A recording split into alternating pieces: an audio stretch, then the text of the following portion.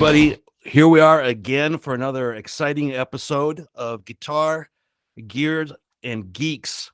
And we're doing part 2 with Andrew Bennett. And we're so excited that he's here with us again. And we're John and myself.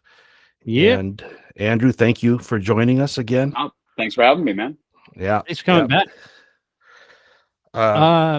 We have a guest to introduce Andrew, though. Can you put him through, Marco? Yeah, but we can't do the video. Otherwise, it's not working with the audio. Oh, Paul, are you there? Yeah, this is Paul. Oh, Right. Paul, say hi to Andrew, okay? Paul, this is Paul Stanley from Kiss. Andrew Bennett, are you there? I'm here, Paul. We're watching you. Thanks, man. I'm still wearing the pajamas you gave me. Not a joke. You gave me a pair of pajamas. Well, that's because you're the cat's pajamas. Oh, you too. Enjoy Gene. Guitar, Gear, and Geeks. Paul Stanley from Kiss. Gene, put that down.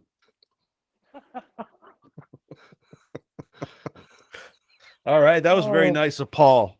wow. That was. Very nice of Stanley Eisen. That's the first time he's been on the show. Oh, man. Oh my gosh. I went to a little Kiss thing once. I'll tell it in 10 seconds, but my friend's cousin is Seth MacFarlane from Family Guy. And my friend's favorite band is Kiss. So for his birthday one year, he flew me and my friend out from New York and took us over to SIR Studios, which is really just this shitty little rehearsal space in Hollywood. Yeah. And had Kiss play 23 songs for him. All right. Unbelievable. Is that the one where you posted a picture? It's like your shoes. Yeah. Yeah. I'm just kicking back watching Kiss, like, you Just know. kicking back watching Kiss. Yeah. And the band, like, they signed a guitar for him, and Gene gave him some Kiss swag. Mhm. And Paul Stanley gave him just a regular pair of pajamas as a gift. Just pajamas.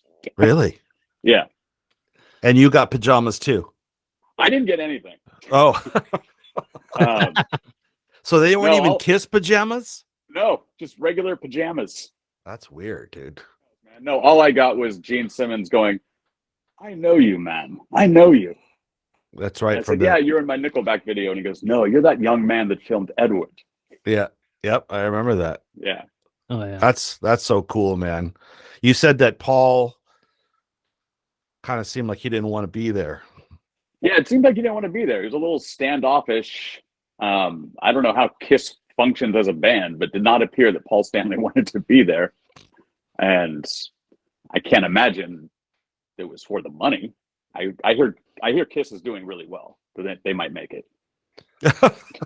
Yeah, I think there's a chance. Yeah. What's going to be funny is they're going to make it when they're going to be done. Yeah.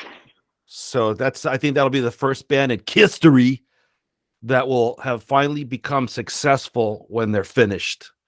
Yeah. Full circle. Full circle. And then that's when Sammy comes in for a half circle, or Yeah. Oh, yeah. The other half circle. the other half circle of Kiss's farewell 8th tour. Yeah. I haven't heard from Sammy. I'm curious what he thought of the book. Oh, yeah. Surely you got to know somebody that you can kind of make a connection with to get some feedback. I would love to know. I've shot a couple videos for his son, Andrew. That's what I was going to ask.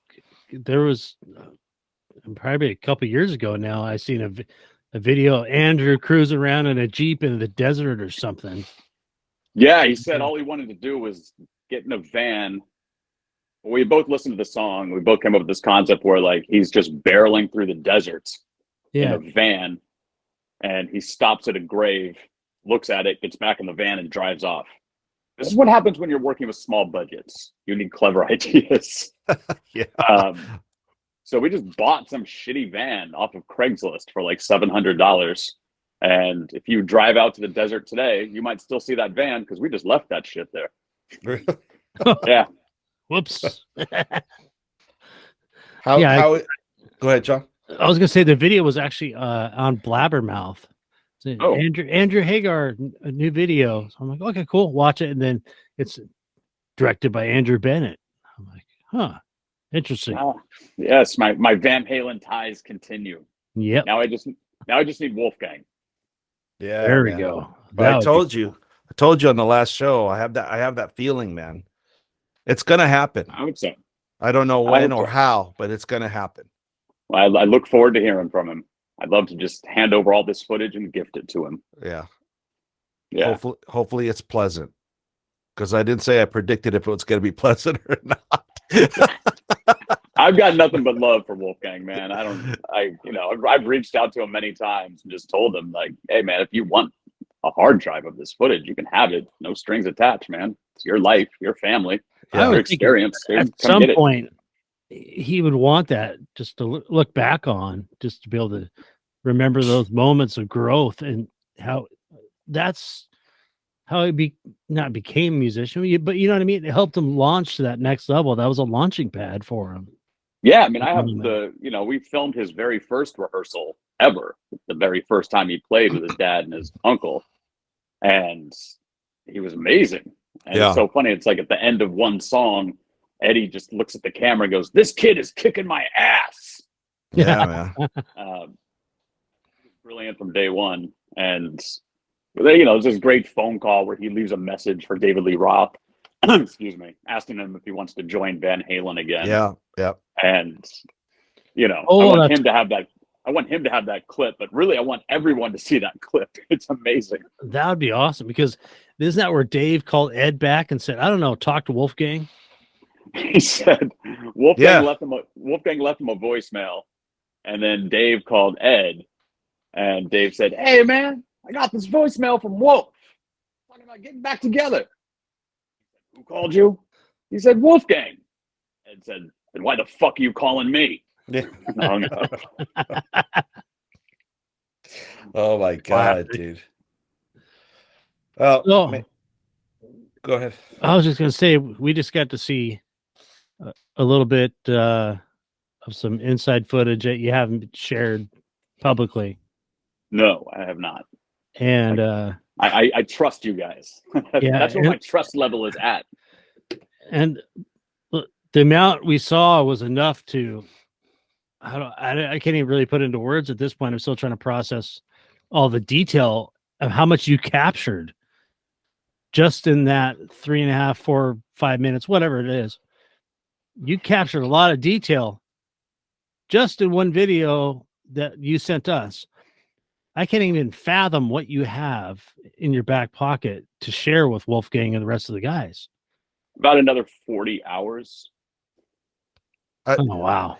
I just got to say, I haven't been doing yoga enough lately, but if I was, I would lift up my leg so that you could see that my socks were blowing off my feet. I'll take your word for it. When we saw it, it was just like, oh, holy crap. This is just a treasure trove of sonic gems, man.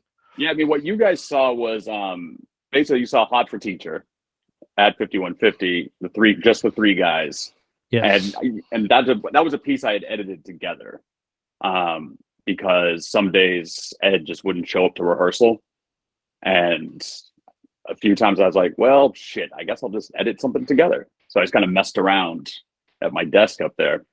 But yeah, it's like multiple days of footage all pieced together with Hot for Teacher. And that audio is straight from the 5150 board. That's what I was going to ask you about that next. I'm sure you were too, John. Go ahead. Audio's fucking kicking ass. Yeah, it's just. Yeah, I was lucky. The engineer that was there at the time, Bill Molina, I guess he was instructed by somebody, I'm assuming Ed, that after every rehearsal, he'd give me the AIF file of that day's rehearsal. So I have another folder just full of rehearsal days. Like I said, it's audio. Everybody's plugged in straight from the 5150 board. It's not mixed or compressed or anything. It's just raw but beautiful. Yeah. And those rehearsals, I mean, they covered all the hits and then a few things in between, but it was pretty much a set list of all the hits. Yeah. Which is saying a lot for Van Halen. They had a lot of hits. They could all be hits for all I know. Yeah, they had a few. They had a couple good songs. Couple. Yeah. Yeah, I'm glad that we're talking about the audio because that's something I was going to bring up myself. I was just like, it's just got to be off the board, or maybe Andrew can enlighten us some other stuff. But so with you having the AIF file, is that what you said? Yeah, an AIF file, for those who don't know, it's like an MP3, but it's raw and it's big. So like, yeah, you know, one song in the MP3 is 3 megs. One song from an AIF file is like 400 megs. Okay. So that enabled you to be able to sync up with the footage that you had, and you were able to do your magic. And what you guys saw all cut together, that was tough to edit. You know, like, you know, there's no time code in Slate like you see in the movies where we sync stuff up. So it was all kind of synced by my eye and my ear. So with that being said, how long did it take you to edit that video, would you say? 3 days. About 3 days. I was going to guess, and I'm sorry if I'm selling you. I was going to guess like 20 hours or something like that, but I guess that could be like 3 days, right? Because you're not going to be 20 hours straight. Yeah, it wasn't 3 days straight. I'm just editing all day. Yeah. No, I mean, yeah. Damn, man. It's a lot of work. Mm-hmm. Yeah, but it was fun. I mean, yeah, I got to sit there and edit a bunch of Van Halen. Right. You know, it's way better than when I edited the Jonas Brothers. Go ahead, John. We missed out on the Jonas Brothers footage. No, I did a video for the Jonas Brothers while I was up in 5150. And so that video was the Jonas Brothers, like, first big video was edited at 5150. And then I did a video for Nickelback for the song Rockstar. Right. And that was actually edited at 5150. So I always joke that Nickelback's only rock and roll cred is that your video was cut at 5150. I'm just having fun with Nickelback. I have no opinions. But in the Jonas Brothers video, Eddie heard me on the phone talking about the back line of like amps and heads that I wanted. And I wanted like vintage stuff, some stuff with character. And he heard me and he goes, "Andrew, come here." We go out to this garage and he opens it up and there's all these vintage amps inside. And he said, "You talking about shit like this?" I said, "That's exactly what I'm talking about." He goes, "Well, then use this." So the next day, this truck pulls up and it's dropping off all of Eddie Van Halen's amps and heads to the Jonas Brothers video set. So if you watch the Jonas Brothers video for the year 3000, all those amps and heads are Eddie's. Wow. Well, I got an in-depth question about that, detailed question. So you got this truck that pulls up, and Eddie, it's because the story, it's like Eddie's so loose about it. Yeah, let him borrow this, right? Well, who's holding an itemized list of what's going out? Because I'm assuming Ed doesn't know like what's coming in. I mean, what's going out, and what's going to come back. Matt. So did that happen? Yeah, Matt. He did. Yeah, I think that was probably one of the days that Matt Bruck decided that he hated me. It's Why like, is that? Why? He's like, I can't leave my job today to drive these amps over to Andrew's Jonas Brothers video. Not exactly in Matt Bruck's job description. I don't know that there was an itemized list. I think it was all just trust. Like, you know, nobody's going to steal your stuff. And to the Jonas Brothers' credit, when they got there, they were like, "Wow, man, we really like the speakers and the heads and this and that." And I said, "Well, just to let you guys know, these actually came from Eddie Van Halen's house." And Nick Jonas freaked the fuck out. Nick Jonas started spewing all his Van Halen knowledge. He was 16 at the time. So shout out to Nick Jonas for listening to good music. Yeah, even knowing who Van Halen was. It's good. Yeah. Can't make the good music, but he knows the good music. Yeah, that's interesting that you said that, Andrew, because that thought crossed my mind that when the stuff got to the studio, if nobody knew any better. But see, you know, you hear all these stories all the time, and I think there's one out there where George Lynch and Mordy Martini, when they were buddies and hanging out, and one or the other had a Marshall head that one or the other really loved. And they talk about how one or the other wanted to steal that head from the other guy. You know what I mean? Yeah. Or guys like Andrew, if you play, I'm like, oh, dude, I love your Marshall, man. Let me borrow it. And you let me borrow it, but that was like 12 years ago. And I just keep forgetting to, bring it back. So I don't know. You just kind of, I don't know. Maybe that's the paranoid side in me, like thinking someone's going to steal stuff. Yeah, I mean, obviously, I didn't have that issue. Like, there was a level of trust with me at 5150. I mean, there were many nights where, like, I'm up there editing, Matt Bruck is down in his house, Ed is asleep in his house, and and the Frankenstein is sitting on the chair next to me. Just oh no, I know you're trustworthy. I just meant like sending all that gear to that shoot, because anybody could be like, no, I'll take lighting this guy. Like, I think I'll take this Fender Princeton amp or whatever it is. That's the joy of like when I the many music videos I've done. On every single shoot, you try to hire all the same people. Like, you really do try to keep a team together, like a sports team. Gotcha. Like, you always try to keep that team together. Oh, okay. Yeah, I've delayed shoots just because the cinematographer I want isn't available until next week. So yeah, you try to, and everybody works as a team. It's a tight knit group. Everybody knows how to work together. So that's what we try to do. So no, I trusted the guys on the Jonas Brothers. Oh, that's good. Well, that's good to know. Kind of backing up to the beginning of this conversation with Andrew Hagar. What do you think of the odds, or trying to get some feedback that Sammy read the book or saw the book or whatever you want to call it? Yeah. I don't know, man. Like, Andrew and I are friendly.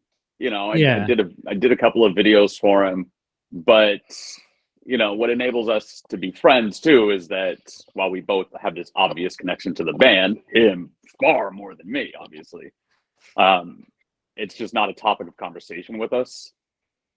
Like, makes sense. Him and I have a lot, like, musically, him and I love, like, Bad Brains. Like, we come from, like, this punk world. So we talk more about that, and we talk about his music. But yeah, I'm always a little wary, just because that one story about Sammy doesn't make Sammy look great. Which one necessarily? Is that? In the book, it's the chapter. It's called "It's Time for You to Sing, Bitch." Oh yeah. Oh yeah. It's just when Eddie was frustrated and he came out of the studio, and Sammy was like, "Hey, where you going, man?" Eddie just said, "I'm done. It's time for you to sing, bitch." I remember when I saw that video, I rewound that part like 3 times. I'm like, dude, did Eddie just say what I think he said? Yeah. I'm like, oh my God, he did. And just being on the couch going, what was that all about? Holy yeah, man. crap. I mean, I can't, as a filmmaker, I can't control what somebody's going to say, I mean, shit, nobody can control what Eddie Van Halen wanted to say.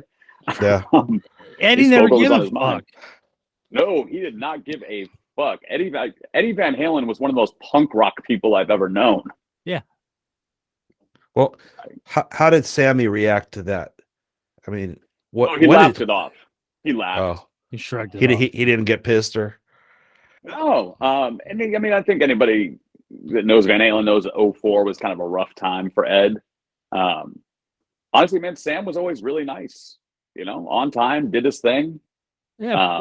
Plus, Sammy has dealt with Ed since, way back in the day, so he knows his mentality, and when they're working together and shit. So exactly, they're friends, not just bandmates, so they know each other on on a good friend level. No, Sammy just kind of laughed it off, and that was it. But yeah, Ed was not happy with him at the time.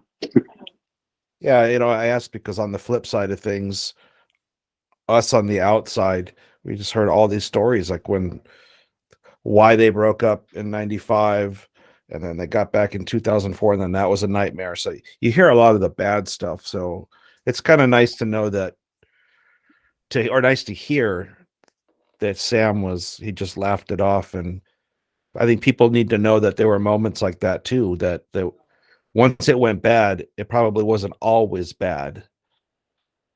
No, I mean, people get things out of context. They'll hear part of one story that somebody saw one time backstage, and then all of a sudden their relationship is defined based on those 8 seconds that somebody saw some shit. Exactly. That's what I'm talking about.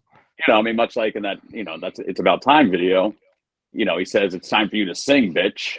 You would think that, that's how it is all the time. When, if somebody took the time to go back to the beginning of the video, it opens with, or it's somewhere in there, it's them hugging when they'd seen each other for the first time in a long time. No, man. I mean, I've got some of my closest friends. I tell them to go fuck themselves sometimes. Yeah. And, Of course. Marco does that to me all the time, so I'm used to it. That's the sign of a good friendship, man. There we go. Yeah, again, John, you noticed something in the video. I was trying to catch it, and I think you saw it more than I did. The Eddie's pedal board. Yeah. And if maybe Andrew knows something about that. I don't know a lot about pedal boards. No. So I know that his pedal board was like none I'd ever seen before, because everything was just kind of drilled into what appears to be like a piece of wood.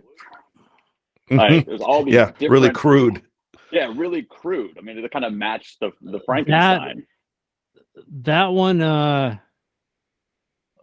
in that video, I believe, came from the 04 tour and the 98 tour. There's a hybrid. And then it is, I think that same board is the one that's down at Guitar Center now in Hollywood. Oh, is it? Oh, does it kind of, it goes like this and then it angles off? Yeah. That's a big board. It is a big board. It's like a 3-section piece. Looks very industrial like. I think in 98 it was 2 sections. It was like a V. Yes. And then he added on to it. Yeah. I'm gonna have to take a closer look. So in that video we saw, you'll see a red pedal about 8 inches square. Yeah. That's that PV pedals I was mentioning. Yeah, I mean, I like that pedal board. I mean, I've been with other musicians, their pedal boards are always like sleek and it's all this cool shit. And, a lot of times like it's like one manufacturer, like it's just whatever company. It's this big board. Yeah. And then you go see the pedal board of the greatest who ever played the guitar. And it's just these sections of wood, things bolted to it. Yeah. The young kids out there could pay attention to Eddie Van Halen and probably save themselves thousands of dollars. Oh, easy. That's what Ed started to go to David Friedman, because Dave Friedman would build his racks that are in the back that would have all those amps and effects and stuff. Mm-hmm. Dave's all, well, why don't I just do your pedal board that goes along with it, so everything's all tidy and condensed and whatever. Because before Eddie was making his own shit and then just tying it back to what Dave was doing. So then Dave started making his pedal boards. I don't think maybe it was 04. Anyway, he jumped in there at some point. Maybe it was 06 or 07. How long did Friedman what was the time frame? Friedman did all the way to the very end. He did, huh? Yeah. Oh, I didn't know that. His whole amp setup and his whole rack setup was all Dave. Dave was brought in way back when. If you watch the backyard party, the porn party, whatever you want to call it. Yeah. Oh Jesus! I was at that thing. Yeah, and Eddie's jumping around. He's got a cigarette dangling in his mouth, and he reaches over, and he has a guy light it for him. Yeah, that's Dave Friedman. Oh, really? Oh, shit! I got to take a closer look at that. So, yeah, Dave's been around him for a long time.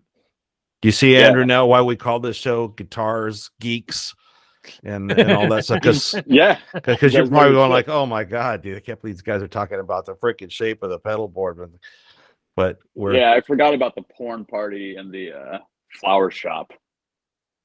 Yeah. Oh, the House of Pedals? The House of Pedals, yeah. House of Pedals, yeah. That was probably my least favorite night in all of my nights. Oh, yeah. I mean, it was Eddie. He wasn't in great shape. And the woman who owned the flower shop, I think he had dated her at some point. Janie was there too, wasn't she? They weren't together at the time. But she was there. But I wouldn't be shocked if she had been there. I thought I saw Joey House owned House of Pedals. Oh, that's right. Yeah. Joey House. She had some kind of party. And yeah, she is. And there was probably, 100 some odd people there. And she had Eddie in this courtyard just ripping and playing guitar. And my only thought was, wow, this is a party full of douchebags. Like, Yeah. they were just like the worst kind of LA cookie cutter Hollywood people.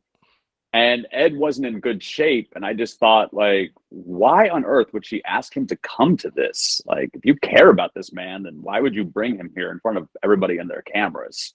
Mm-hmm. Like, I have the footage from that night. I filmed that night, and that footage will never see the light of day. Are you talking I'd about be afraid to watch it. some of it performance wise too, because of Ed not being in the greatest shape? Or I mean, my guitar knowledge is that he shredded that night. mm-hmm. He wasn't really playing Van Halen songs. He was just kind of riffing. Jamming away. He might have played some DH, but they played Jump. Yeah. But even, I mean, Eddie at his worst is still better than most people. Oh, fuck yeah.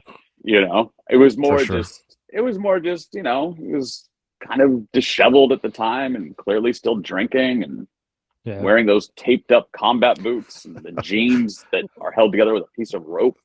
The exposed toes series. Yeah. He didn't wear a shirt. He didn't wear McCann. A shirt that night. Limited edition. So yeah, I mean, you know, I try not to get into all the gossipy shit, but it was just one of the examples I saw of, like, if you cared about this man, you would have never had him play in front of all these people. And just to clarify, so that what I thought was a backyard party at Ed's, that was not. That was at the House of Pedals thing. Well, I believe I'd have to see the footage, but the porn stuff, as I call it, that was mainly like 05. So that happened in between my times there. I was 04, then 06, 07. Yeah, that's I know that when I got there, Matt Bruck was doing an excellent job of getting rid of the porn people, phone calls, trying to hang out, all that shit. Matt Bruck was really good at keeping away the toxic people. Yeah. So I don't know. There could have been like that party for that one movie. A friend of mine watched that porn and told me that they shot it in Ed's house and there were some parts on the stairway and stuff like that.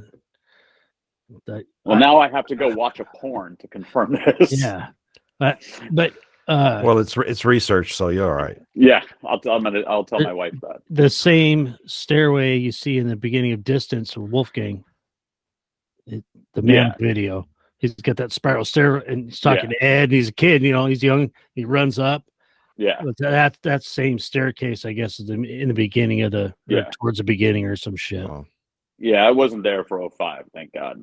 But God, 05 had to be rough on Matt Bruck. Jesus. Oh, he probably gained some gray hair on that one. Yeah, that's probably. Yeah, well, I don't know. I don't want to make any comments about that, but yeah, I'm sure that was really rough. I got a question for you about your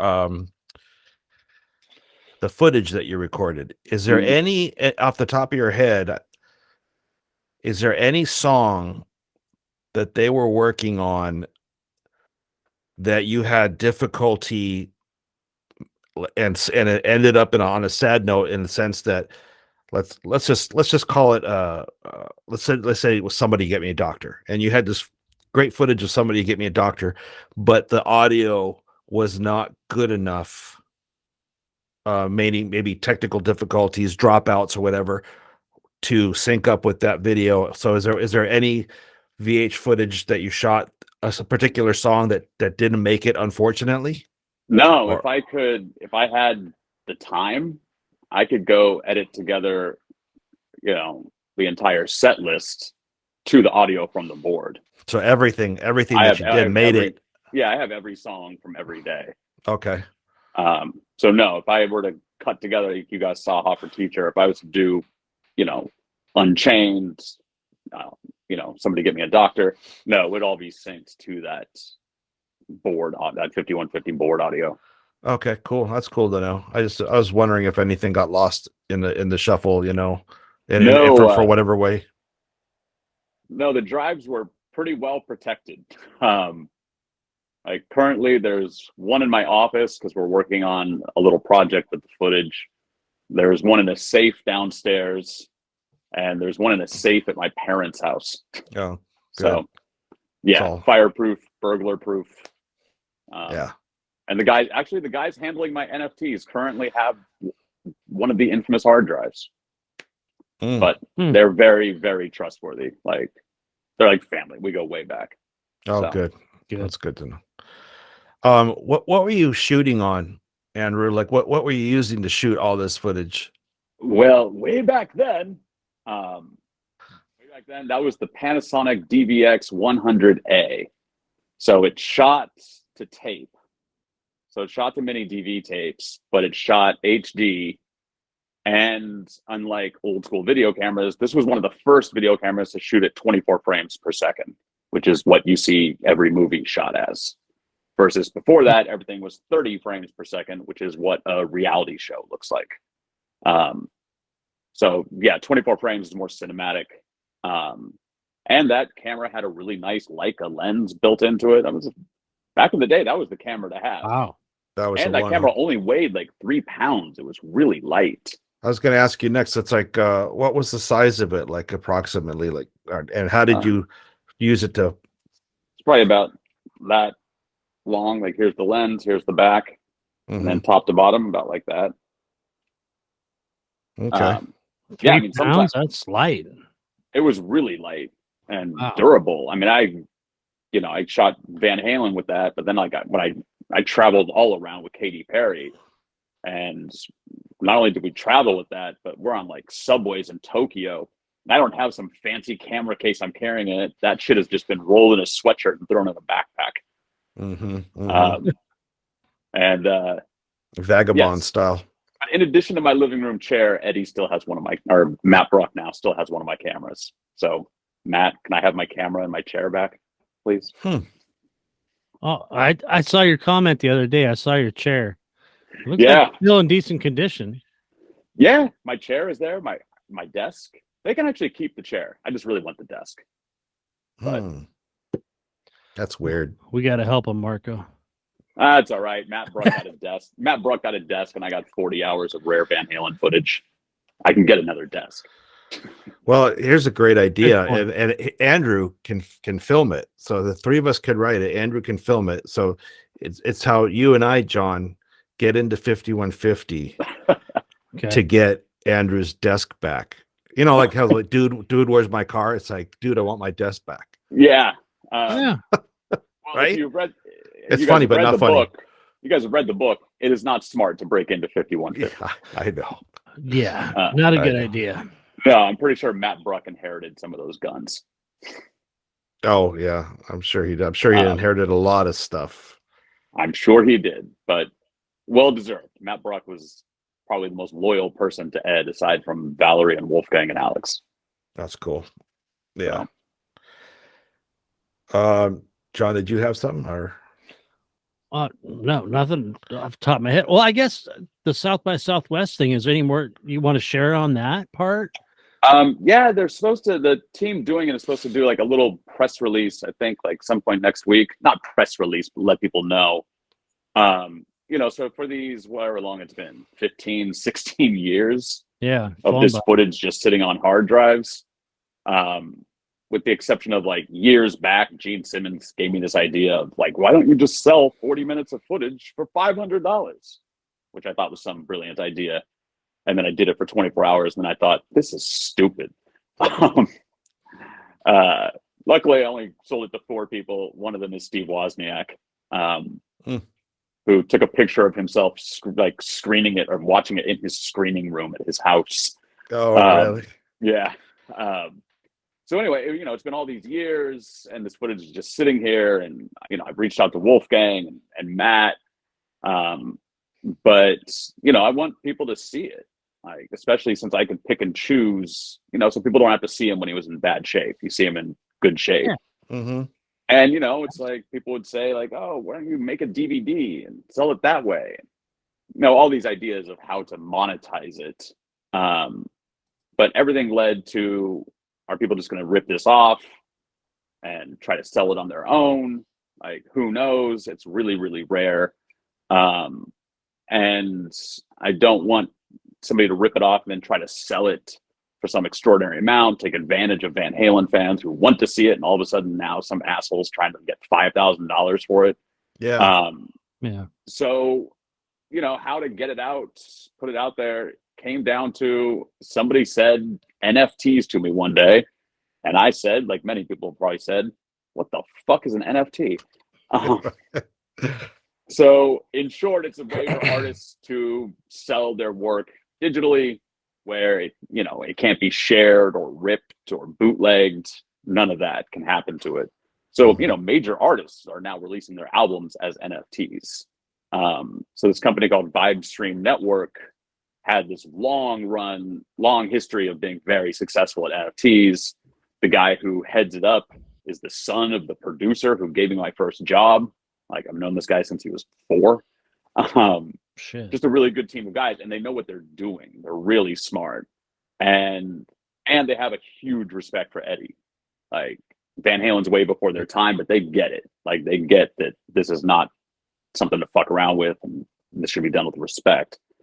So basically what they're doing is putting together this series of NFTs where people can finally see, raw rehearsal footage, things like you guys just saw, like Hot for Teacher, On Fire, Atomic Punk, all edited together over multiple days at 5150. And then embedded in those NFTs are like photographs, music, and then some clips, like you see the clip and I'm kind of telling the story of like what happened this day while you watch the clip.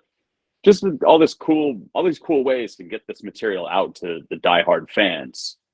And the joy of it is NFTs, when the release comes out, they're not expensive.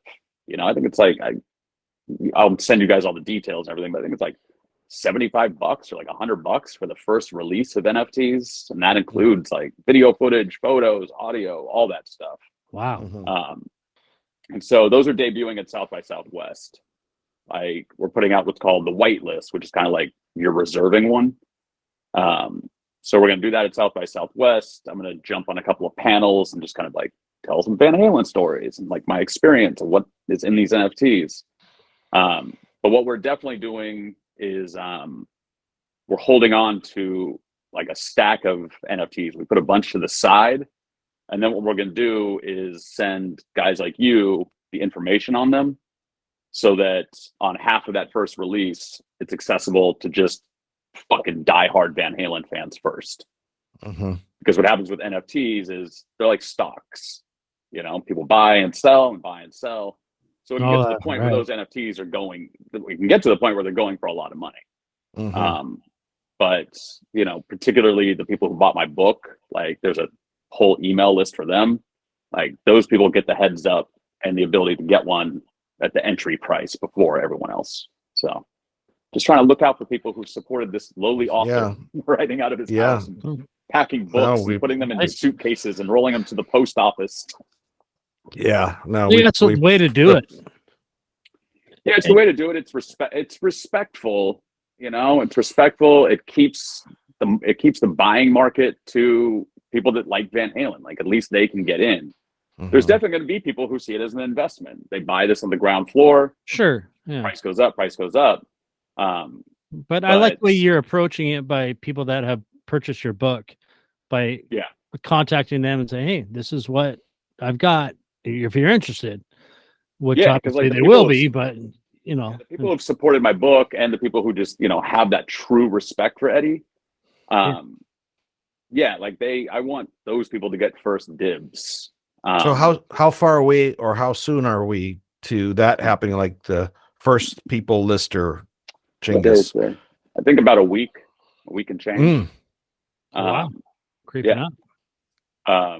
So the NFT guys are coming over to my house tomorrow. They're doing some stuff with my wife as well. So they're coming to the house tomorrow and they kind of get the game plan. And I'm gonna go out to South by Southwest and talk NFTs and Van Halen. It's a way to get it out that's respectful. I can pick and choose what goes out. So when we post this podcast, can we post a link for that? Yeah, absolutely. Okay. Yeah. Good deal. It just seemed like, you guys have read the book. Everybody who's read the book knows how it ended. Wasn't a fun night. I never got paid. But I'm not trying to get rich or get famous off of this stuff.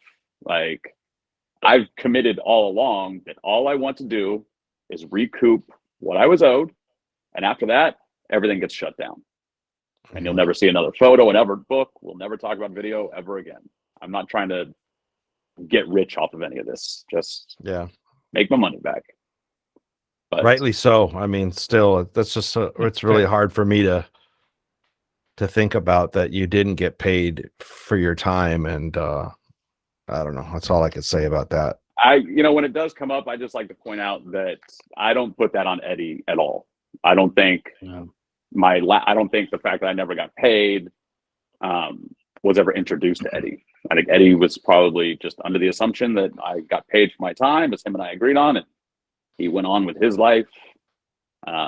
So yeah, there's probably another person who was a little shady. Mm-hmm. Mm-hmm. Mm-hmm. The diehard fans know who we're talking about. Yep. Well, it's interesting too, because I don't want to say the word similar, but like in Steve Rosen's book, and I don't want to give too much away, but he was trying to put out Eddie's biography and all that stuff. And there was a time in the book where he says that Eddie brings it up to him and he goes, "Hey, you know what? I just realized I haven't paid you anything for your time." And then he kind of did it and took care of things right then and there on the spot. So with me knowing that, and then you're talking about yourself, it's just, I'm kind of like, well, gosh, why didn't that happen with Andrew? And that doesn't mean it was supposed to, because life changes, different days, a different day. No, I mean, the way, like, it went down a little different than with Steve Rosen. Like, the way it went down was Eddie came to me and said basically those exact words. "I just realized I've never paid you." And I said, "Yeah, you haven't." And he said, I'll never forget. He goes, "Well, what do you want? You want cash? You want a car? You want a guitar?" Which now in hindsight, I should have said all of the above. I probably should have gone with the guitar. But at that point, I wasn't really comfortable talking to Eddie about money. Once money comes up, it just, I don't know. Now all of a sudden there's this thing in a relationship, like whether it's almost 20 years ago, just about. I mean, you're coming up on 20 years. Yeah, we're 16 years. But yeah, so, what I said was, I'd had this idea that I wanted to document that 07 tour, just like I document, I'd been on tour before. I had documented like Deftones. Yeah. And done a film on them. So I knew what I was doing. And, Eddie just said, in order for that to happen, everybody in Van Halen has to agree on something. "You know the odds of that happening, Andrew?" I said, "Yeah, I know the odds of that." And all he said was, "If you don't document the tour, I'll pay you for your time." That was it. That's all I needed, man. I didn't need paperwork signed, like nothing, man. The deal was done with a hug. Eddie was just always a man of his word. That's why, my little thing there doesn't strike me as something that Eddie would have done. But, things changed. We made that deal, and then 2 days later, I'm filming David Lee Roth, swinging swords and flags around and eating the best cheese and crackers you've ever had. Yeah. Oh, that's the best part. The cheese and the crackers. It's like, because I love cheese. Well, it's cubed cheese. That's the best part. Yeah. Right? It was. Yeah. Yeah. And it wasn't even an assortment of cheeses, right? It was one style cheese, right? Oh, no, it was an assortment. Oh, it was. Oh, it's even better. Yeah. See how much better the story gets when you really dive into it? It was served by caterers in bow ties. Oh, wow. The life, man. Yeah. So, shot that thing with Dave. That's how we get your desk back. We bring cheese and crackers. That's about time. I will gladly go up and get the desk myself. I'm back in Los Angeles. I'm not that far from the studio. I'm happy to come get my desk. So, oh, cool. I didn't even know you were back here. That's great, man. Yeah. So Matt Bruck, get a hold of me, Matt. See me while it's back then. Matt, please give Andrew his desk back. Yeah, throw a check in the top drawer too, Matt. What about the camera? What about that camera? Keep the camera. Yeah, we'll move on to bigger and better things, huh? Yeah. My feelings about Matt are mixed. What's a boy to do? I can mail him one of your new guitar picks. Oh, that's Those are awesome, man. Thank you. Did you get them? I'm mailing them out this weekend. Oh, okay. I'd send him a picture of them. Yeah. Be sure to send me one, dude, because they're pretty cool. That you're in the works of making happen in the near future, or I'm going out to NAM next month, I think. April. Next month, yeah. And I'm not supposed to mention the name, but I'm actually working with like 2 hip hop stars. Okay. I know their producer, and they just want to document. They just want to document like inside the studio of them putting down some songs. Yeah. And I was like, oh yeah, well I've filmed in quite a few studios. Cool. So I'm doing that, and then I don't know, man. I'm working on another book that won't be as exciting or even the same as my Van Halen book, but what's it about, or tell us about it if you can. I'll give it to you in short. I've been sober for 8 years. My body was full of cocaine and vodka for a very long time. But I got my shit together 8 years ago, and I did rehab and I did AA, and I give credit to AA, and I liked the rehab I was at. But my take on AA was, your program is 100 years old. Like, how on earth are you going to reach people and connect with people today? And it's funny, but you're right. Actually quite serious. But how are you going to teach people or instruct or encourage people to get sober when you don't mention their iPhones, their laptops, late night text messages, the fact that, I mean, you can have any alcohol or drug delivered to you via text message. It's a different world to get sober in. And, you know, and a lot of people are put off by AA when it comes to, you know, their mention of God a lot. So what I try to do is find this middle road with AA, which is, so basically my book is just reinterpreting these steps, you know.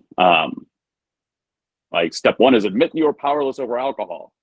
Like that leads, I think I lead that off with, you've already completed step 1 because you're reading my book. You are clearly powerless over alcohol. Right. No, I want to, you know, AA helped me get sober, but it helped me because those 12 steps, I was able to just reinterpret.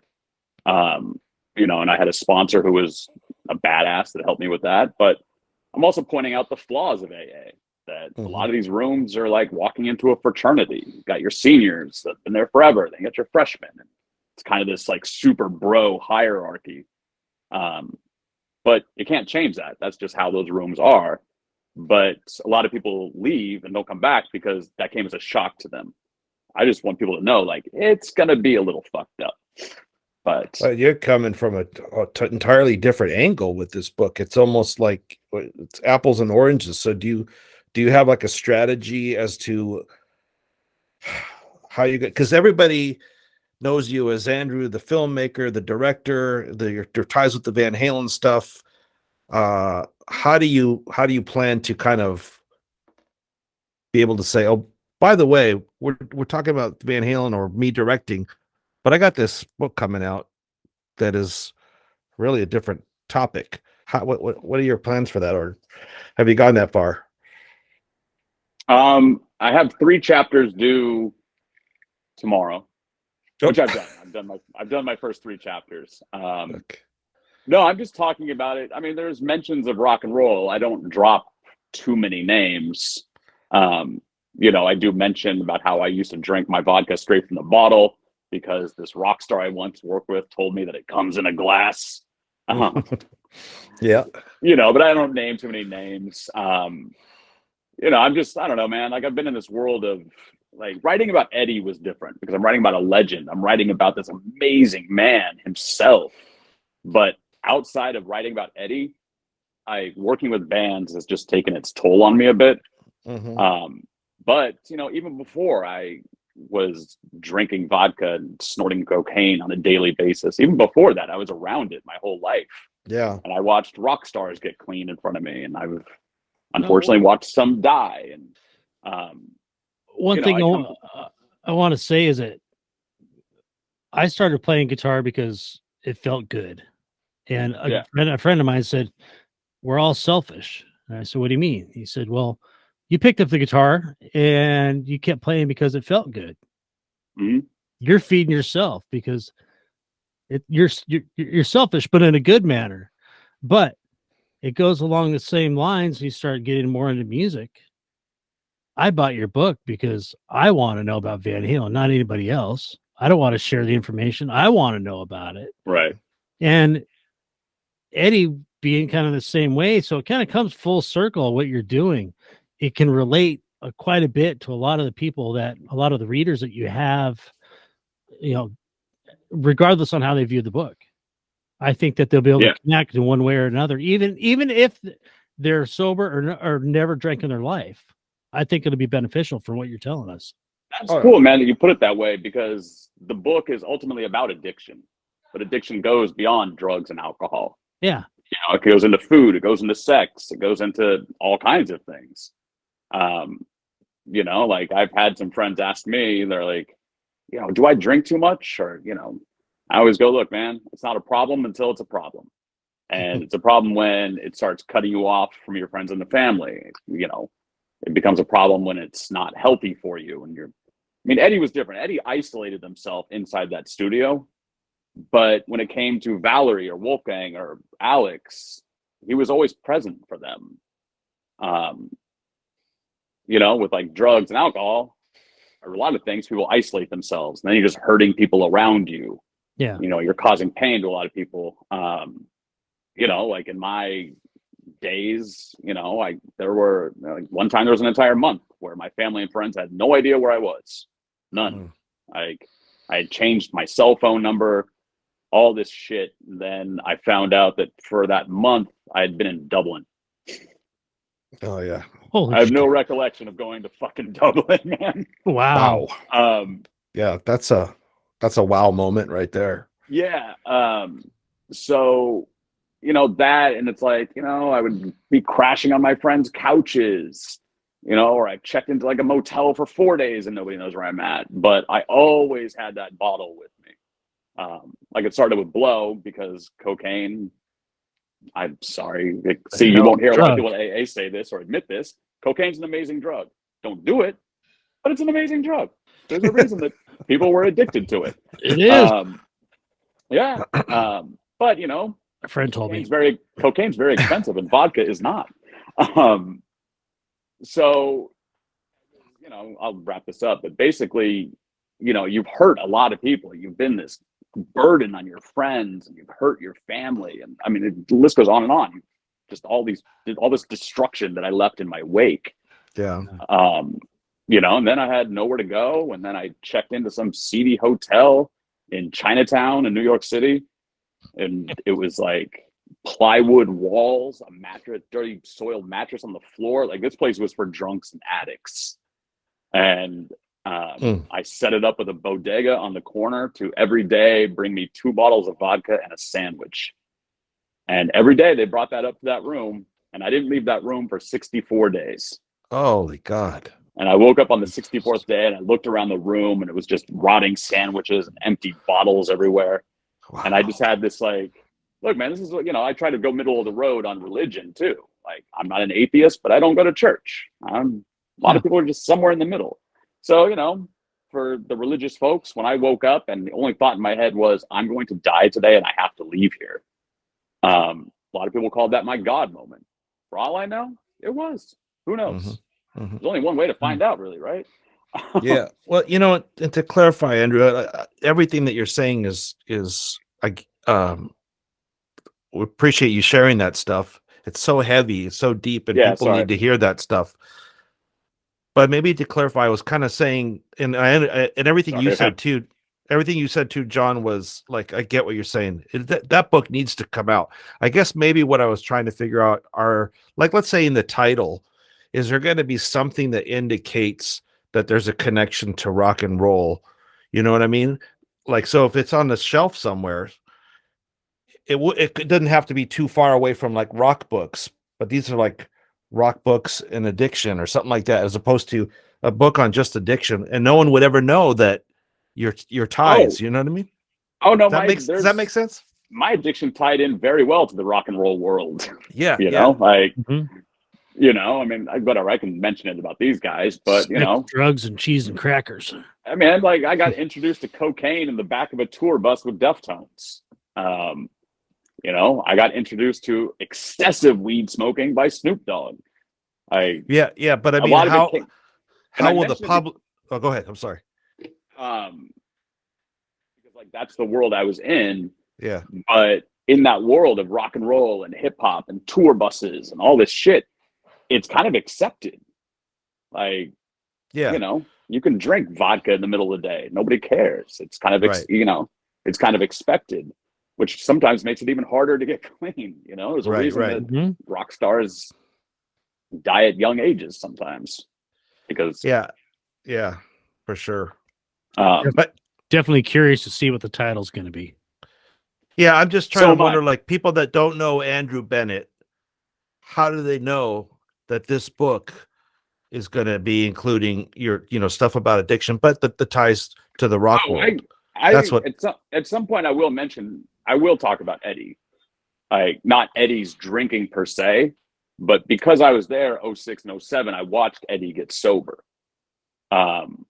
And even, years later when I had to go to rehab, I looked back at Eddie getting sober. Eddie Van Halen getting sober is fucking amazing. Like, this is a man who nobody will say no to. He can have Mhm. anything in the world he wants at any time. Mhm. So, when you've got doctors who will come to your house and you've got all the money in the world, why would you quit? And Eddie quit because he wasn't going to let Wolfgang see that side of him anymore. He Yeah, wanted to commit to this band.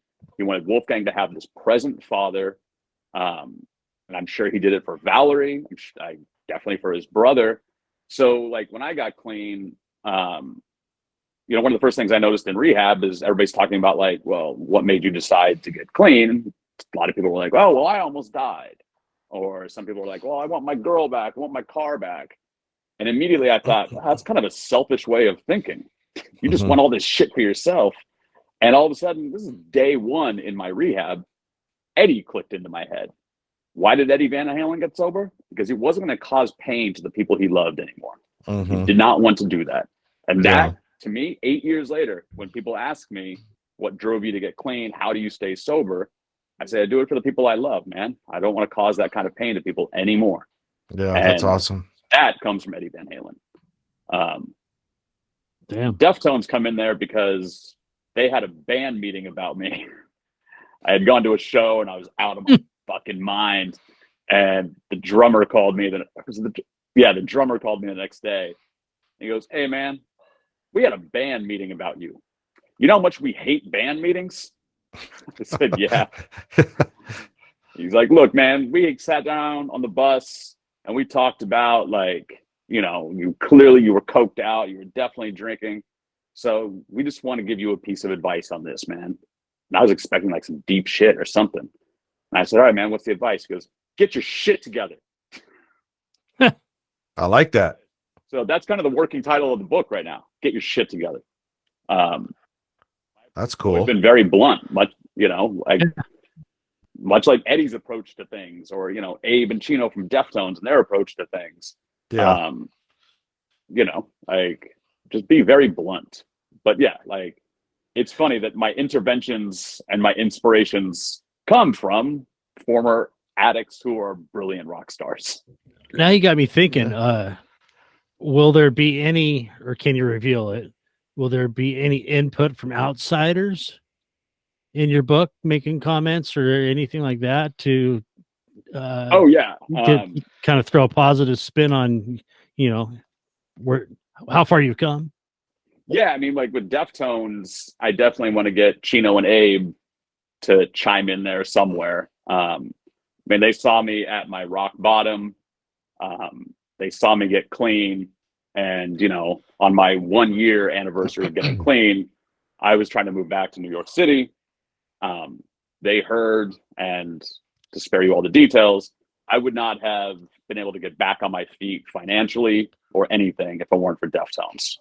Like, those guys picked up, said they were proud of me, and got me back on my feet. So, that's so cool.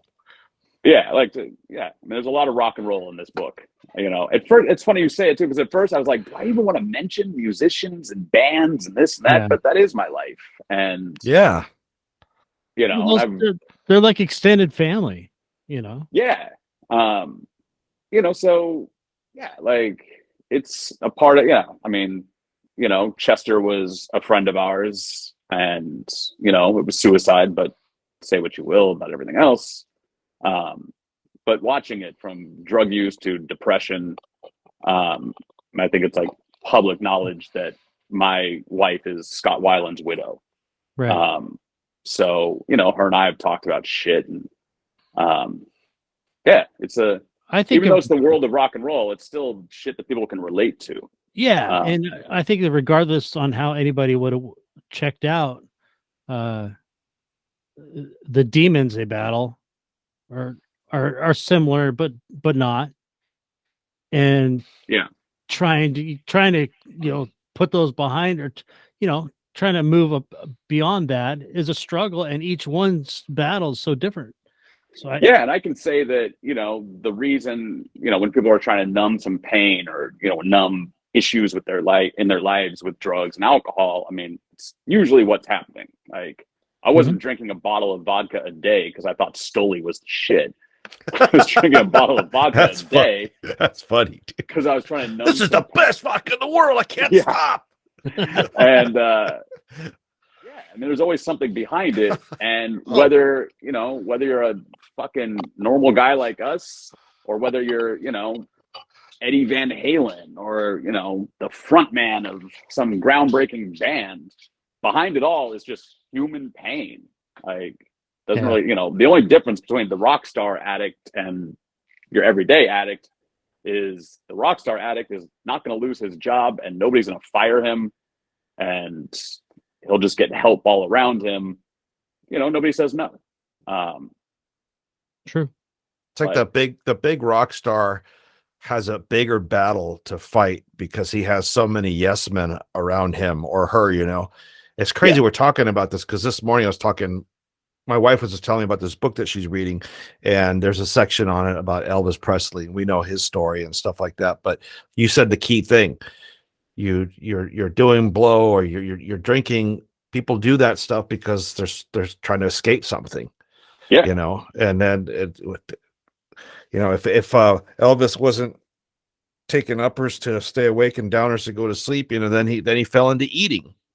Yeah, another addiction. Addiction. Like, yeah. You're depressed, shove sugar in your mouth. Like, addiction comes in all forms.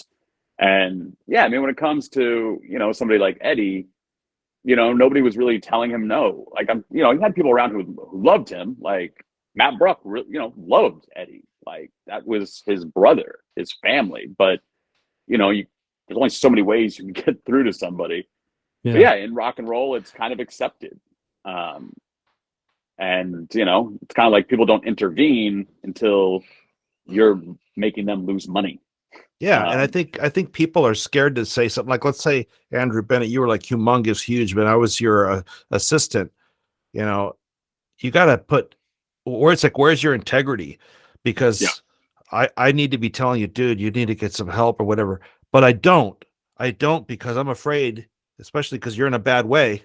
You're gonna go, you know what, dude? I'm tired of your mouth, and you're fired. Yeah. Yeah. I mean, that's sad. I don't know why this thing keeps going limp on me. I had that in music. I had it in music videos. I don't dismiss anybody for not saying anything to me. They might have cared, but they didn't know how to get through to me. But I was well aware that, like, some of these cinematographers or some of these producers, maybe they're not saying anything to me because I make you money. Mm-hmm. And then you multiply that by 1,000 when it comes to a rock star. Mm-hmm. Yeah, man, it's it's sad. And you spend, and if you're a touring band, like Van Halen goes on tour, but they're flying from city to city. They can take 5 days off. But if you're one of those bands that's grinding out 5 days a week, and you're selling records and you've got a tour bus, you don't have a lot to do that day. My friend Chino once said, he goes, every day I only have one responsibility. That's it. Go out and play a good show. Aside from that, I can do whatever I want with no consequences. And that's what happens, man. And idle hands, like Yeah. Some of those bus rides are 16 hours, man. You know what helps that 16-hour bus ride? Cocaine. Yeah, man. God, that's going to be an exciting, but I actually can't wait now. Your Yeah, book. man. I mean, I can reference anything from like, I mean, Eddie was this huge inspiration, even though him and I, this is years after I had left. Mm-hmm. You know, there's a lot of aspects of my life that are, I mean, funnily phrased, like, what would Eddie do? You know, Yeah. I had that guy bootleg my book for a while. I thought, what would Eddie do? And then I Mm-hmm. thought, I should probably not do that because I'm not Eddie Van Halen. But Yes. such as, you know, Right. send a Russian friend from Queens to your house to say hi to Mm-hmm. you. Or drive an armored vehicle to that guy's house and then point a gun in his face. Yeah, that's probably stuff you don't want to do. That's stuff I can't do because I Yeah, didn't right. write Eruption. No, but like, you know, everything, man, morally, ethically, controlling my temper. Like, you know, Eddie Van Halen influenced me as a human being because I'm not a musician. You know, Mm-hmm. I'm fucking tone deaf. I don't have the fingers to play guitar. So yeah, a lot of like, you know, I've mentioned it before, probably like the work ethic and the loyalty to the people around you. You know, that loyalty, especially to your family. Like Eddie taught me that by talking to me one on one and just by example. You know, when I saw him come back in '07, you know, nice and all cleaned up, that could not have been easy. Yeah. But No. I got to tell you something very powerful that you said in today, and for this podcast, and for the VH heads, the Ed heads out there and stuff. It's really nice. We all know that Eddie influenced so many of us to play guitar and all that stuff, but it's really nice and refreshing when you can hear somebody such as yourself that you said he inspired you how to be a human being. yeah, And that's I like that. yeah, man, That's huge because touching on that, Marco, you can look at Eddie Van Halen's history from, let's just say, 78 all the way till the day he passed. The days we knew of him in the limelight, the spotlight, whatever you want to call it. He was pounding whiskey, he was partying, he was doing this and doing this. There was only small windows where we thought or we hoped he was sober. It wasn't until, you know, like Andrew mentioned, you know, 2007, we finally got cleaned up. So many years and so many different things that Eddie went through. Yeah. That's it's a good example that he's just another human being. he is. He lived a very surreal life. You know, like in the book, there's that story of like when Eddie and I went to the supermarket together. Yeah. All because he wanted to show me what it's like to go to the supermarket as Eddie Van Halen. Right. And it's just a different reality, man. It's just a completely different way of living. But Eddie should be this, you know, for anybody trying to get sober, Eddie Van Halen should be this great inspiration because Eddie Van Halen didn't have to do anything he didn't want to do. Right. You know, yeah, of course he got clean because the '07 tour is going to come and it's going to make all this money, but Eddie didn't need the money. No, You know? no. Eddie did that tour because he wanted to go out with his son. Yeah. But yeah, I mean, if this man who has all the money in the world, all the yes men around him, can make that commitment to his family to stay clean, then like anybody could do it, man. It's true. Yeah, Yeah. I mean, I'll You just just share have this. to For my want one to. year, I had my family's initials tattooed up my arm. So Oh, if I nice. ever reach for That's if I ever cool. reach for a drink again, I have to face those people. Oh, that's cool. So yeah, man, it's like I'm kind of getting.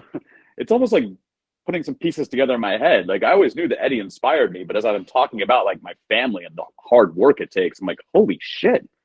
Without me even knowing he was there, inspiring me. That's awesome. Because getting sober is also a lot of hard work, man. It's not easy. I mean, that could be, you know, part of the reason you're put in that place for that period of time was to bring you to that next level in life. Yeah. I mean, that's an interesting way to look at it. It's like Andrew, like a lot of people could say, "Oh, thank God he was there so that we can know all this stuff." Maybe he was there for him, for Andrew being with Eddie wasn't about anything about what Eddie is to us, and maybe about what Andrew's, the direction Andrew's life was going in and where it needed to be or Yeah, head but I toward. get I get to share that. Well, what's cool is I get to share that human experience with Eddie too. You know, like obviously, like, you know, I can tell stories of shit happening at 5150 and people breaking into the house. It's a very bad idea. You know, all the 30 stories in there. Which, by the way, I think everybody knows this point. I don't talk about his drinking in that book. Mhm. Like, Right. the only mention of drinking is that very first night when I met him and we had some wine together. But I Mhm. don't talk about drinking. I don't talk about drugs. I don't talk about Valerie. Women. I certainly don't talk about Janie. I do have one little chapter on Matt Bruck, which is nothing but flattering to Matt Bruck. And I didn't really talk about his personal relationship with Wolfgang either. I just felt like he deserved to be spoken about in a better light than all the gossip. Yeah. But yeah, man, like his hard work. Like whenever you know, if I took one thing from him, man, it was work ethic. Mhm. Whether it's like in your artistic craft, whether it's in your family relationships, whether it's in getting sober. Like when that man committed to something, he was committed. Mhm. I mean, Jesus Christ, man, the best guitar player who's ever lived referred to those days at 5150 when he's playing as practice. He Yeah. called it practice. He didn't say we're jamming, you know, he didn't Mhm. say we're playing. He said there's a practice session today. You Mhm. just think, practice? You've been shredding it for 30 years. You're the greatest ever. Yeah. Work ethic, man. Well, it's like they say though, if you rest on your laurels, and once you think that you're that good, that's the day of the decline, you know. And Yeah. it's so cool to Eddie was the king, and he just kind of, well, I don't think he saw himself that way. Just like, I need to keep doing stuff. Yeah. I never heard any ego from Eddie. I never heard Eddie mention like, I'm the best Yeah. guitar player ever, so this motherfucker should Yeah. never. The only thing he ever said to me that was any hint at like being famous was he was frustrated with some people one day and all he said was, Andrew, you know me. I'm just Ed, right? I said, yeah, man, you're just Ed. He goes, yeah. But sometimes, Andrew, these people, they push me. And that's when I have to become Eddie Van Halen. So, Yeah. Wow.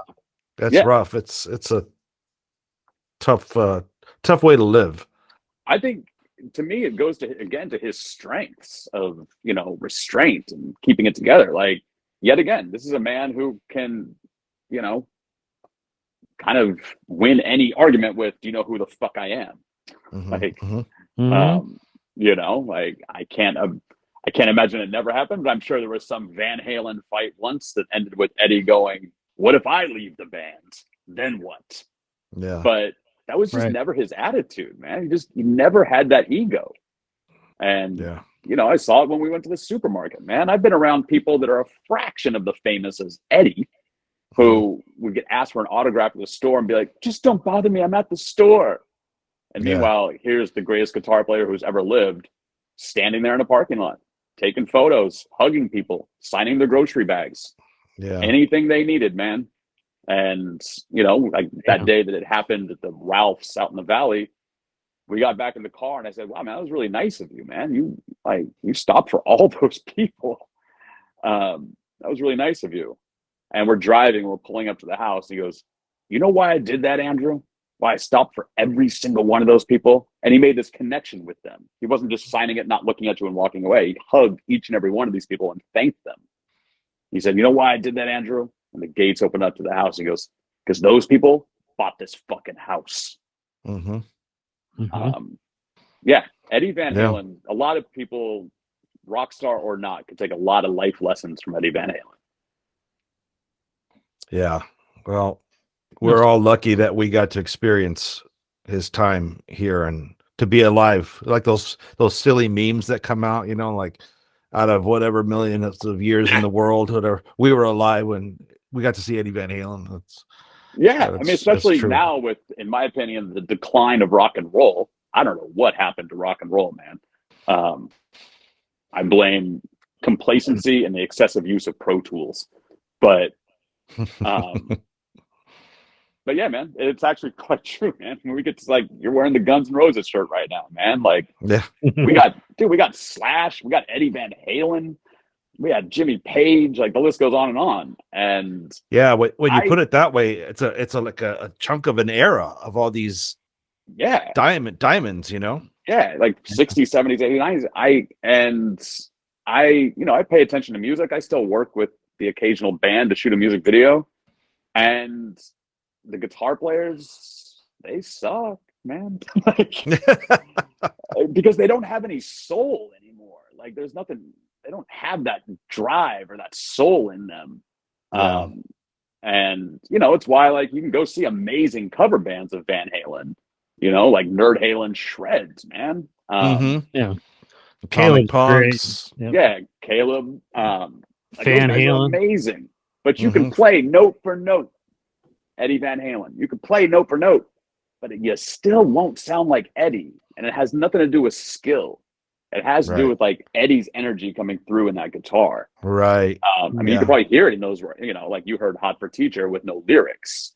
Now your ears get to open up and get to hear a little more of Eddie on that song. Well, Yeah. even on that audio isn't his true tone of what his rig typically is, like on stage. Yeah, it's just kind of a miniature version. Yeah, so I could definitely pick it apart and go, okay, he's missing this and this. That helps add this big full sound to it, which I like it better because you could hear the articulation and all the little details. Yeah, all those little intricacies. Yeah. You can hear the fingers sliding. Across the strings. Yeah, that's a good point. I mean, part of one of the NFTs that's coming out, we have to have the audio tweaked a little bit because it was so loud in the room, and it wasn't being recorded straight to the board. It's the camera audio. So we're just having it gets a little hot at certain points. So there's an engineer friend of ours kind of just adjusting it a little bit. But it was Eddie just decided to play Eruption one day. And the first few times he started to play it, he would stop and like shake his hand like it hurt. And he'd start playing, he would kind of fuck up again. And then like he starts it up and now he's in the groove. And all of a sudden, Van Halen fans know this, all of a sudden this happens. And goes back, the eyes are closed. But yeah, like that version of Eruption from that day will never be duplicated. That's the way he played it that day. Great point. And then at the end of that clip, he shakes his hand like it hurts. He goes, "God damn, I haven't played that song in 3 years." Oh God, I'd love to see that, man. So yeah, Eddie just playing Eruption. Wolfgang, it's actually in the clip. Wolfgang says to Eddie, he goes, "Do I even need to be here for this?" That's too funny. Eddie said, "Yeah, you have to play the A." And so Wolfgang there was that. Go ahead. Wolfgang just stands there and goes, "Dong," like that. And then it became this practical joke between like myself and Alex and Eddie, where we would just take Post-it notes and draw an A on it and stick them all over Wolfgang's bass. Perfect. That's funny. That was that cool little clip where Wolf is in the Hot for Teacher video that Wolf's playing the Frank. Yeah. But Ed comes out of nowhere and like takes it from him. Yeah. And Wolf kind of has this look like, okay. Yeah. I guess I wasn't holding that, or Dad wants his and you can see in that clip too, like it's so funny. Like here's this 15-year-old kid who really just learned how to play the bass. His first band is Van Halen. And you saw it in that Hot for Teacher piece. Sometimes he's just kind of sitting there bored, standing there, bored out of his mind. But playing it note for note. It's nothing new to him. He's with his dad. It's his house, and it's like for us, John and I are like losing our minds. But for him, I always just thought I looked happier at my summer job when I was 15 and I was mowing lawns. Like I picked from it that Wolfgang was thinking ahead, going, okay, what else can I do with this? There's got to be something, because that's what Eddie was. Probably was. Eddie was thinking 50 miles ahead. You could see Wolfgang doing that, and then let's say 2012 or 2015 tour, you hear him play bass versus then. Holy shit! It's like Mhm. a Lamborghini revving it up, man. I'm telling you, it's so funny, man. I know it's been said 1,000 times, but there is something in the blood of that Van Halen family. There's Mhm. got to be.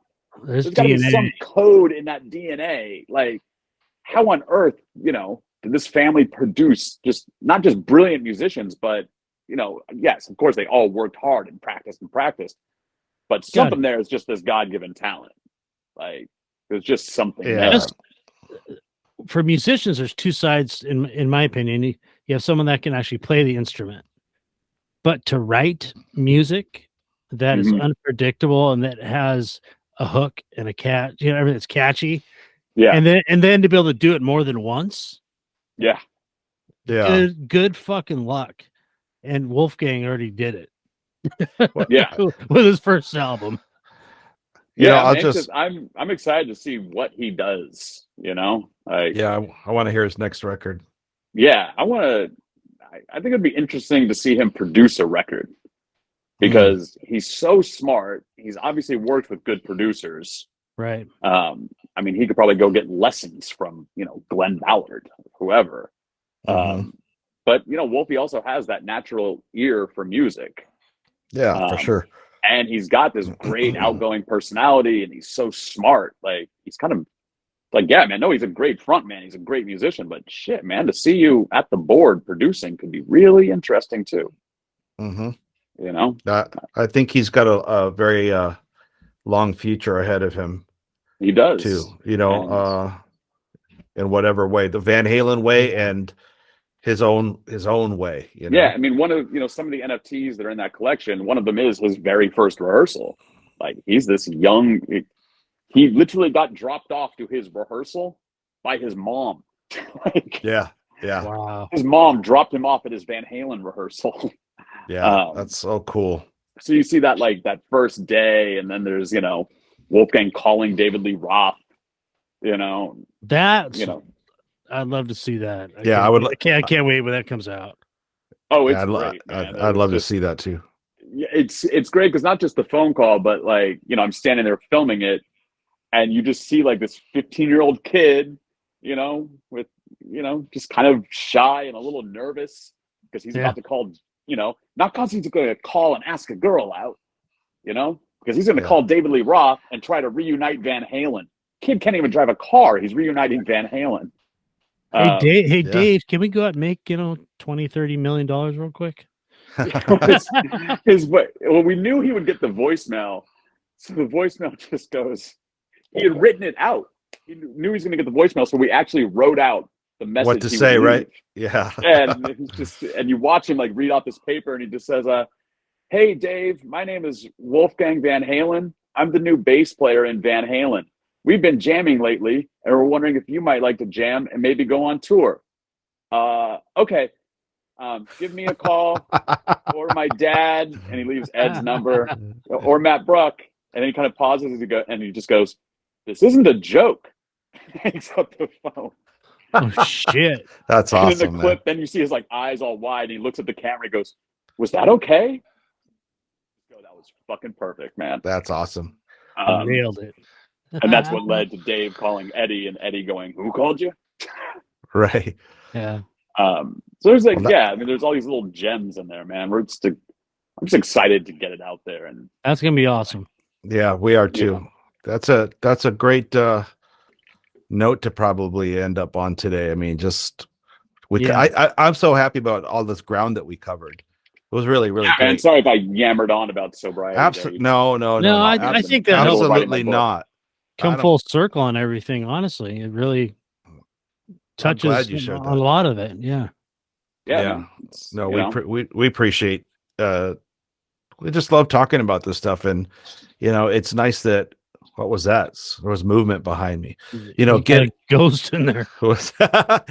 No, just getting deep too. It's now we have to change the name, like guitars, geeks, gear, depth. Yeah. Well, I mean, I like that we got into the fact. I like that we started talking about the sobriety in the book, but we did lead into tying that together with Eddie, man. Like, I love it. And the other, Deftones as well.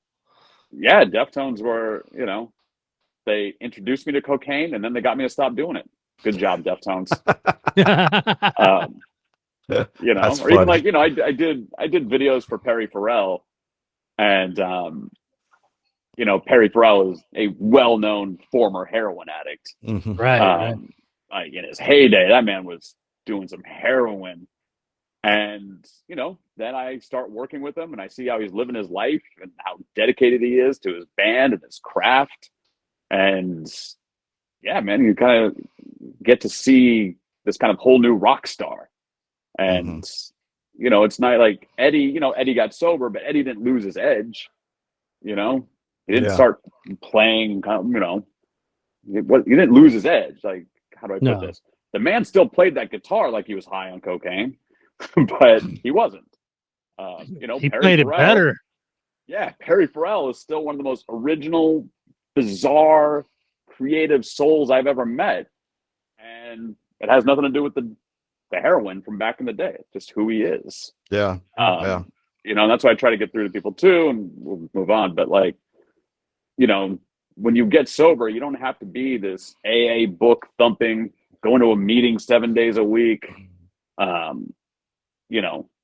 kind of person. Like, you can get back to your normal life, man. Just channel that energy in a different way. Yeah. Exactly.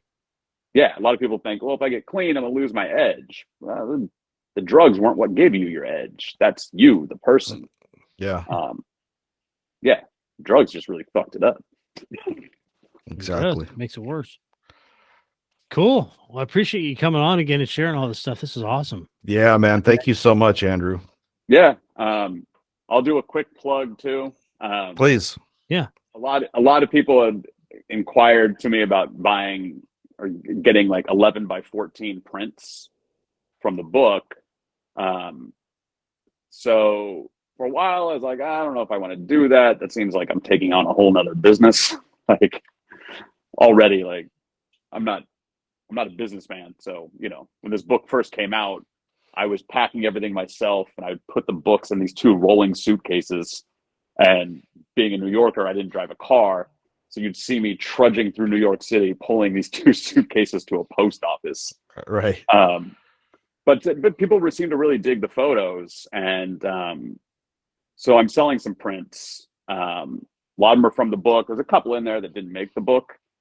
And I was advised that people, like a lot of fans of bands, really like things that are like a limited edition. And I would rather do like a limited edition of the highest quality print than just burning off a bunch of Random cheap photos. Yeah. So people can see it on my website, but you can just go to 5150photos.bigcartel.com. Just Google 5150 photos. It'll come up, or go to my Facebook page. So I picked my 20 favorite photos, and there's 25 of each one. So they come with a mat. They come signed and numbered. So okay. Check it out. Yeah, I'm glad that you plugged that. Yeah, and I get them printed. I get them printed at a company called Icon in LA, which is like where every photographer goes. Like, that's Niels Lozauer's printer, to put it in Van Halen reference. That's where Lowe's goes. Cool. So yeah. Sweet. Yeah. So grab some Andrew, photos. when you can, I don't have your number, so just check your private message on social media whenever you get a chance. Yeah, but I'll send you guys the link to the photos too. Feel free to share it with the world. And keep us posted, please, on that. I'm going to say it wrong. The NFTs. NFTs. Yeah, it's basically. I'll just end it with this: NFTs are just a new way to sell art. That's pretty much what it is. Keep us posted. Because an NFT can't be duplicated or bootlegged. None of that. And the NFT process benefits everybody from myself, who's originally selling it, to, I'll just give this to you real quick. You bought that NFT for $100. You could put it back up on the blockchain, which is kind of like the auction block. You can put it back up. So you spent 100, you can now sell it for 250 because you only have one of 50 in that collection. So if somebody wants to see that, they have to go buy it from you. Got it. So you just bought it for 100, but you just sold it for 250. So you just made $150. A percentage of that trickles down to me. But then when that person sells it and that person sells it, all a percentage comes trickling back down to everybody who owned that NFT along the way. Very Gotcha. cool. So That's it's exciting. it's kind of like a beautiful little situation for everybody. Yeah. And Sounds you like get the way to go. And you get to watch Eddie play Eruption on a Wednesday afternoon. Right. And go like that. Yeah, I'm actually You- looking at it right now. You said you were going to send us something about how that works or whatever, right? Or like Yeah, about the In about a NFTs? week. I'll get that done this week. Okay, cool. Yeah, Cool. the guys who handle all the NFT stuff are brilliant. They're so smart, and they're also like artists in their own right. Like, one of them is a musician. One of them is just a pure songwriter. So I really like them because they had the respect for Eddie. I had met with a couple other like teams that do NFTs, and I would talk about Eddie and like, personally how much he meant to me, and how much he means to his fans. Mm-hmm. And they just had this glazed look in their eyes. Yeah. And I was like, I need people who are on the same page as me. Like, this shit that's coming out isn't gossip or dirt or anything like that. This stuff was put together for the fans. Yeah. And these guys, even though Van Halen is way before their time, these guys truly respect the legend of Eddie. Yeah. That's Good. awesome. And that's what I needed, not these other LA shyster motherfuckers. Right. Respect for the legacy. Exactly. Yeah, like, I'm doing this hip hop thing. As they say in hip hop, you better put some respect on my name. That's right. Put some respect on that name when you say it. And that's how I feel about Eddie, man. Like, I have to hold back on yeah. Facebook sometimes. Like, I'll see posts and somebody will like say something, like whatever. Eddie was doing, this drug in 06. I want to chime in and be like, I was there every night, man. Yeah. Doing that. Like, like one of the big ones I hear all the time, because the way he looked in 04 was like, Eddie Van Halen was smoking meth. I can tell you, hands down, that man never touched meth in his life. So put some respect on the name. Well, that's good to hear. Never did it, man. Well, we want to thank everybody for tuning in and checking out another episode, part 2 with Andrew. And, yeah, sorry for the rambling. No rambling, man. It was great. We loved every second of it, and we appreciate you being on. Yeah, Definitely, for sure. Man. Anytime. Enjoy that All Hot right. for Teacher, and let's keep in touch. I'll put up a few other things for you guys to check out. Cool. Right on, brother. Thanks, All man. right, man. Appreciate it. Have Take a good care. one, fellas. All right. All right. Bye. Later. See ya. Take care.